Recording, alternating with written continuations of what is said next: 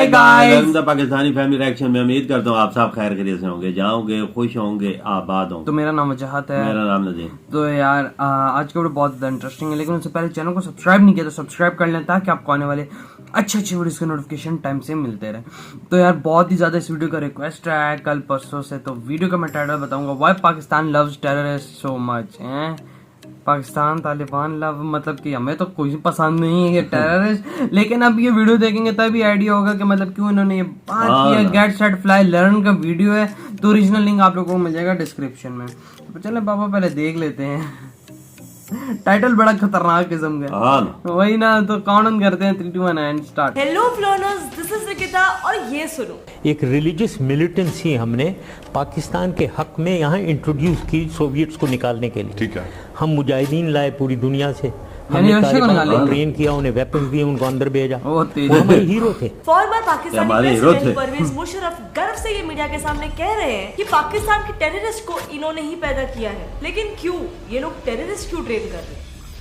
और अगर मुशर्रफ ने यानी खुद पाकिस्तान ने इस रिलीजियस आग को हवा दी है, तो फिर आज क्यों यही आग उनको ही जलाने पे तुली हुई है?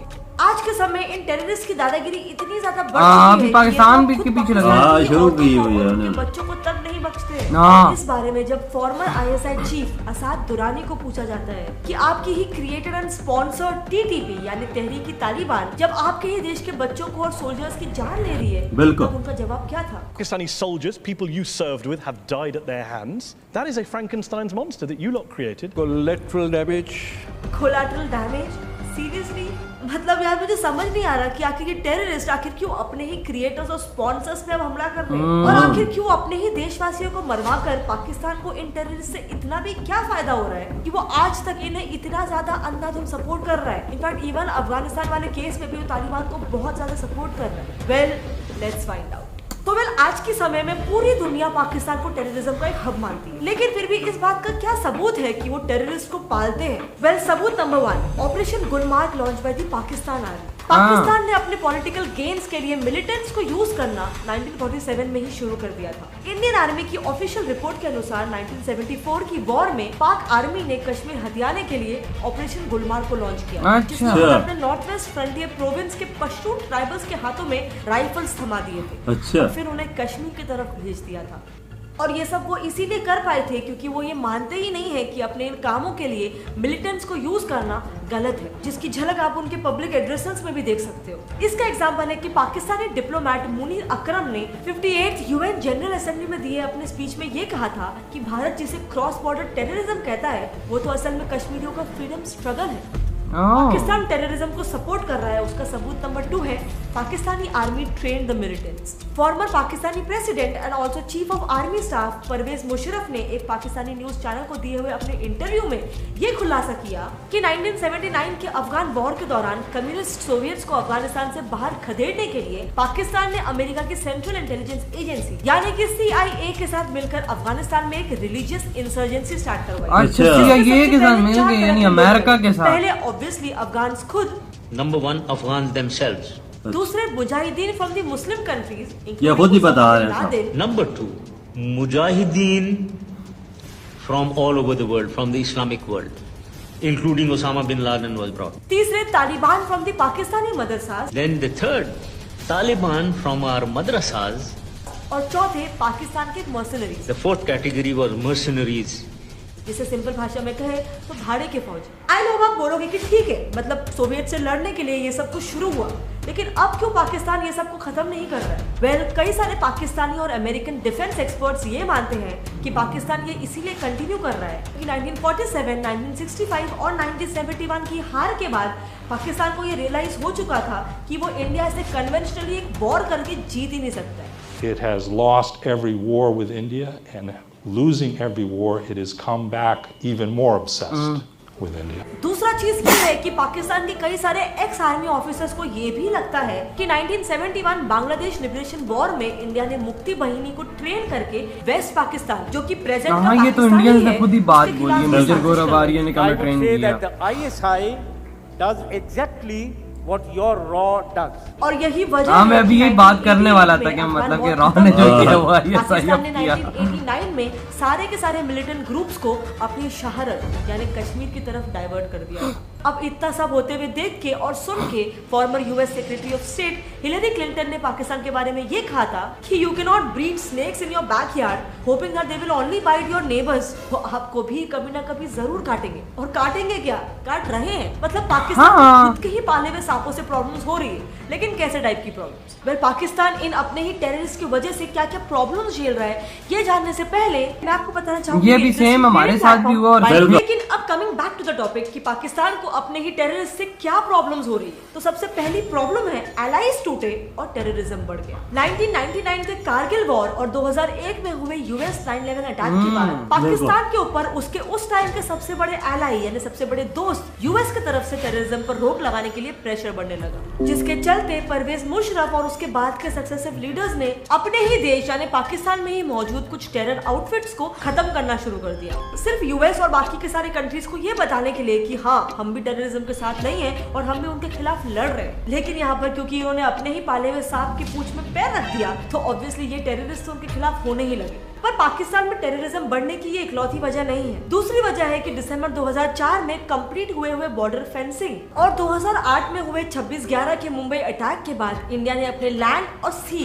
दोनों ही बाउंड्रीज को काफी ज्यादा स्ट्रिक्ट कर दिया, जिसकी वजह से पाकिस्तान से कोई भी इलीगली यहाँ पर आ नहीं सकता। और इसका नतीजा आप इंडिया और पाकिस्तान के ये टेररिज्म ग्राफ में ही देख सकते हो। इन दोनों ही ग्राफ्स को अगर आप ध्यान से देखो तो आप ये देखोगे कि 2004 के बाद पाकिस्तान में टेररिज्म ड्रास्टिकली बढ़ा है। लेकिन वो क्यों? क्योंकि वहाँ पर उनकी आपस में ही नहीं बनती है, वहाँ पर लोग शिया और सुन्नी के भेदभाव से लड़ते हैं। और वहीं पे अगर आप इंडिया का ग्राफ देखो तो 2004 के बाद टेररिज्म ड्रास्टिकली डिक्रीज हुआ। ये देखो ग्राफ नीचे जा रहा है। आपका इसके बारे में क्या कहना है? आपका जो भी ओपिनियन है हमारे साथ नीचे कमेंट सेक्शन में शेयर करना, I would love to know. लेकिन coming back to the problem जो ये टेररिस्ट को पालने के बाद पाकिस्तान फेस कर रहा है, तीसरा प्रॉब्लम है इकोनॉमिक इम्पैक्ट। 2001 के बाद पाकिस्तान में टेररिज्म इतना ज्यादा बढ़ चुका है कि इससे पाकिस्तान को हर साल कई बिलियन डॉलर्स का नुकसान उठाना पड़ता है, और ये आंकड़ा भी बढ़ता ही जा रहा है। इनफैक्ट जून 2021 के रिपोर्ट्स के अनुसार पाकिस्तान को टेररिज्म की वजह से पिछले फाइनेंशियल ईयर में ही तकरीबन 38 बिलियन डॉलर्स का नुकसान उठाना यानी हमारे लिए पड़ा, बहुत उसकी चीज़ है, जीडीपी का ऑलमोस्ट 13% है। इसके अलावा पाकिस्तान के बढ़ते टेररिज्म की वजह से कई सारे टूरिस्ट पाकिस्तान में कदम तक नहीं रखना चाहते, जिसकी वजह से पाकिस्तान की टूरिज्म इंडस्ट्री पर भी बहुत ज्यादा फर्क पड़ा है। और इसे समझने के लिए आप इस ग्राफ को देख सकते हो। इसमें क्लियरली दिख रहा है कि पाकिस्तान की टूरिज्म पर 2011 के बाद कितना ज्यादा एंड फाइनली पाकिस्तान के इन टेररिस्ट ऑर्गेनाइजेशंस को सपोर्ट करने की वजह से जो चौथी प्रॉब्लम हो रही है वो ये है कि पाकिस्तान की यूथ में ड्रग एडिक्शन बढ़ रहा है। पाकिस्तान में 1947 से ही पॉलिटिकल इंस्टेबिलिटी होने की वजह से पाकिस्तान के इंडस्ट्रियल सेक्टर को कभी भी फलने फूलने का मौका नहीं ये मिला। बात सही बोल और 1999 के कारगिल वॉर के बाद तो यूएस से मिलने वाले फंड्स में भी बहुत ज्यादा गिरावट देखने को मिली, और अभी जिसकी तो वजह से खत्म हुई पैसों की तंगी के कारण पाकिस्तान के अंदर ओपियम जैसे ड्रग्स की खेती बढ़ने लगी। एंड ऑब्वियसली गरीबी और बेरोजगारी के चलते वहाँ के बहुत सारे लोग ड्रग्स की चपेट में आ गए। पाकिस्तान के डॉन न्यूज की रिपोर्ट के अनुसार आज के समय में पाकिस्तान में 7 मिलियन ड्रग यूजर्स हैं, जिसमें से एक अच्छी खासी तादाद यूथ की भी है। लेकिन अब जब टेररिज्म की वजह से इतना ज्यादा नुकसान हो रहा है, इतने सारे प्रॉब्लम्स क्रिएट हो रहे हैं, तो फिर भी आखिर पाकिस्तान इसे रोक क्यों नहीं रहा है? टेररिज्म से पाकिस्तान को क्या फायदा हो रहा है? तो यार फायदे तो बहुत है, जिसमें से सबसे पहला फायदा है पैसा, और ये पैसा जाता है सीधा ना पाकिस्तान के अवाम की जनता के जेब में नहीं, वो तो बेचारे घाटे में, बल्कि इन टेररिस्ट को आईएसआई की जेब में। 1979 अफगान वॉर के दौरान उस वक्त के पाकिस्तानी डिक्टेटर जनरल जिया उल हक अमेरिकन प्रेसिडेंट जिमी कार्टर से मिले थे, जिसमें जिया ने अमेरिकन के साथ एक डील की थी, आप हमें पैसे दो और हम आपको अफगानिस्तान में घुसने के लिए राहदारी और फाइटर्स भी देंगे। अब ऑलमोस्ट 10 साल चले इस वॉर में पाकिस्तान ने तकरीबन 6.5 बिलियन कमाए थे, वो भी ऑफिशियली। अंडर द टेबल कितना हुआ है उसका तो कोई आइडिया ही नहीं, और इस 6.5 बिलियन में से 3 बिलियन अमेरिका ने दिए थे और बाकी के सऊदी अरेबिया की तरफ से आए थे। दूसरा जो फायदा है वो है अवॉइडिंग सैंक्शंस। ये आप ex chief of army staff Raheel Sharif के इन स्टेटमेंट से अंदाजा लगा सकते हो। पाकिस्तानी डीप स्टेट यानी कि आर्मी और आईएसआई की हमेशा से ये एक स्ट्रैटेजी रही है कि अपने मिलिटेंट्स का इस्तेमाल करके अपने पॉलिटिकल गोल्स हासिल करने की कोशिश करो, और इसके बाद गोल्स को हासिल करने के बाद अगर कोई देश हम पर उंगली उठाए तो हम तो भाई बस अपना हाथ खड़ा करके ये कह देंगे कि टेररिज्म के सबसे बड़े विक्टिम्स तो हम ही खुद है। एंड इसके अलावा पाकिस्तान के टेररिज्म को सपोर्ट करने का तीसरा सबसे वो मेजर शायद फायदा कोई नहीं है, डिफेंस। सबसे बड़ा स्टॉकहोम तीन बड़ा international peace impact। Research institute SIPRI द्वारा पब्लिश्ड एक रिपोर्ट के अनुसार सिप्री। अफगान वॉर के खत्म होने के बाद पाकिस्तानी डीप स्टेट ने अपने पैदा किए हुए इन सारे मिलिटेंट ग्रुप्स को अपने फर्स्ट लाइन ऑफ डिफेंस के तौर पर देखना शुरू कर दिया। अच्छा। यानी अगर कल को इंडिया इन पर आक्रमण करता है तो सबसे पहले ये मिलिटेंट्स लड़ेंगे और उसके बाद ही पाकिस्तानी आर्मी, ताकि ऑब्वियसली उनके आर्मी को ज्यादा नुकसान ना पहुंचे और उन्हें ज्यादा मेहनत करने की जरूरत भी ना पड़े। अब देखो यार, मैं एक इंडियन हूँ और शायद इसीलिए मेरी तरह आप भी पाकिस्तान की वजह से बढ़ते टेररिज्म से काफी ज्यादा इरिटेटेड फील करते होंगे। पर फ्लॉनर्स, इस टॉपिक के रिसर्च के दौरान मुझे कुछ ऐसी चीजें भी पता चली है जो शायद आपको भी मालूम पड़नी चाहिए, just to have a wider perspective. बात यह है कि पाकिस्तान में कभी भी कोई भी पॉलिटिकली इलेक्टेड गवर्नमेंट को वहाँ की मिलिट्री ने ज्यादा टाइम तक टिकने को ही नहीं दिया है। आप मानोगे नहीं, लेकिन साल 2002 तक पाकिस्तान में एक भी ऐसा पॉलिटिकली इलेक्टेड PM नहीं रहा जिसने अपना पूरा 5 साल का टेन्योर कंप्लीट किया, क्योंकि हर बार जब भी कोई सरकार चुनकर आती थी तो उस PM को कुछ ही सालों में या तो असैसिनेट कर दिया जाता था, या फिर देश से भगा दिया जाता था, या फिर जेल में डाल दिया जाता था। इनफैक्ट पाकिस्तान में तो आज तक 3 बार मिलिट्री कूच हो चुके हैं, यानी कि 3 बार सडनली एग्जिस्टिंग गवर्नमेंट को मिलिट्री ने आकर भगा दिया है और टेक ओवर कर दिया है। पहला coup by general Ayub Khan in 1958, दूसरा by Zia ul Haq in 1977 and lastly by Pervez Musharraf in 1998। तो जिस कंट्री को कभी स्टेबिलिटी नसीब ही नहीं हुई, हम उससे कैसे बिहेवियर में अच्छे मार्क्स एक्सपेक्ट कर सकते हैं?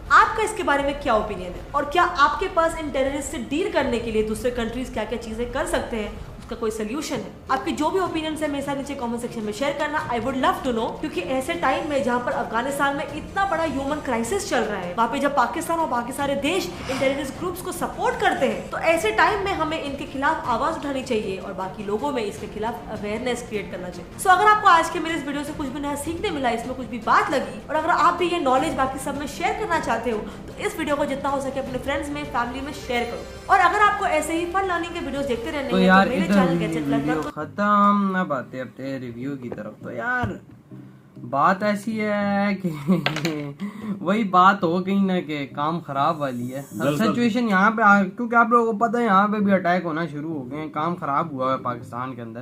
टारगेट काफी हमारी चौकियां हो रही हैं और बकाया और जो एरियाज है वहाँ पे, खास तौर पे क्वेटा वाली साइड पे, बिल्कुल बलोचिस्तान वाली साइड पे बहुत हो रही है ना, ये चीज हमारे यहाँ बहुत हो रही है। वीडियो जाके देख के पता लगा है। तो भाई मुशर्रफ ने खुद ही बोला था कि हमने इनको ट्रेन के, जब इनसे पूछेगा क्यों किया, कहते जिस तरह रॉन है मोहनी भाई वो जब बांग्लादेश आजाद नहीं हुआ था तब उनको किया था, इस तरह हमने इनको करके अफगानिस्तान के लिए किया था कि। और मजे की बात है मेरे ख्याल से CIA और इसने पाकिस्तान ने मिलकर इनको क्रिएट किया यार। अब वो बता रहे थे बीच में उन्होंने बताया इनको मिलकर क्रिएट किया, फिर इनको मारना शुरू किया। तो फिर उन्होंने फिर बोला कि अच्छा तुम लोग हमें मार दो। जाहिर सी बात है, एक चीज अगर पावर में आ जाए ना, फिर अगर उस पे आप हाथ रखो, चाहे वो आपका बाप ही क्यों ना हो, फिर वो आपको छोड़ता नहीं है। बिल्कुल सही बात है भैया। देखें ना, अगर इतनी पाकिस्तान उनके साथ मुखलिस है, फिर पाकिस्तान में अटैक क्यों हुआ है? तो बाबा अटैक इसीलिए हो रहे हैं, बस फायदा, हर कोई अपना फायदा देखता है भाई, और क्या फायदा फायदा फायदा। मैं तो बोलता हूँ इनके साथ रखनी नहीं चाहिए भाई। आम हम लोग आवाम है तो भाई हम लोग खुश ही नहीं है इस चीज में, ठीक है,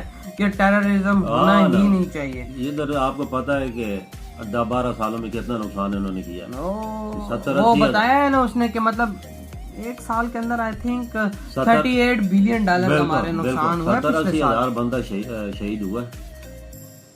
अंदाजा लगाओ कि छोटी तो नहीं, यूं बंदा लाइन में खड़ा करे तो पूरे ग्राउंड के ग्राउंड भर जाए। पेशावर में वाकया सुकून, वो बच्चों को भी नहीं छोड़ा था यार उन्होंने। वो देखो ना, मतलब यार अब वही बात आ जाती है। तो टेररिस्ट के खिलाफ है, जिधर भी होगा उसकी मजम्मत करते रहेंगे, चाहे इधर हो चाहे जिधर भी हो, क्योंकि इंसानी जानों का ज़या होता है। इसमें बेगुनाह लोग मारे जाते हैं और घर के घर खत्म हो जाते हैं।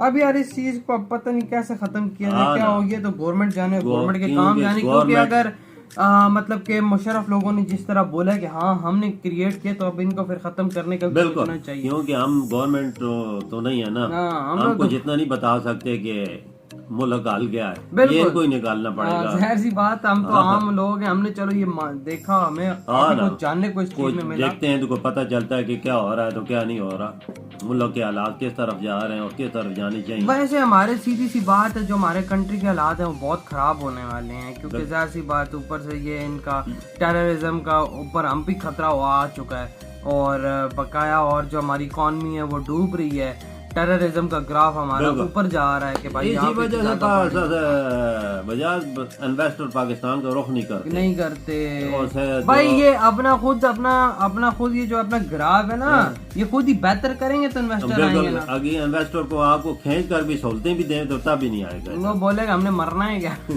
लेकिन यार हालात बेहतर हैं, लेकिन ये है कि इस 1 महीने के अंदर वो जो अटैक हुए कोयटा वाली साइड पे वो हम मानते हैं, लेकिन ये है कि वैसे तो सबको बेस्ट जा रहा है। हम होप करते हैं कि अल्लाह ताला करे कि हमारे मुल्क के भी हालात अच्छे हो जाएं, इधर भी इन्वेस्टर आए और हमारा मुल्क भी आगे जाए, और ये टेररिज्म यहाँ पे भी खत्म हो। और मैं कहता हूँ कि जो भी पॉलिटिकल ये चीजें हैं ये सारी सॉल्व हो, उनके भी खत्म हो। ठीक है, तो यार आप लोग बताएं इस वीडियो के बारे में, आप लोगों का थॉट है। वीडियो अच्छा लगा तो लाइक कमेंट चैनल सब्सक्राइब करें। इधर ही वीडियो खत्म करते हैं, अपना बहुत ज्यादा ख्याल रखना, तो बाय।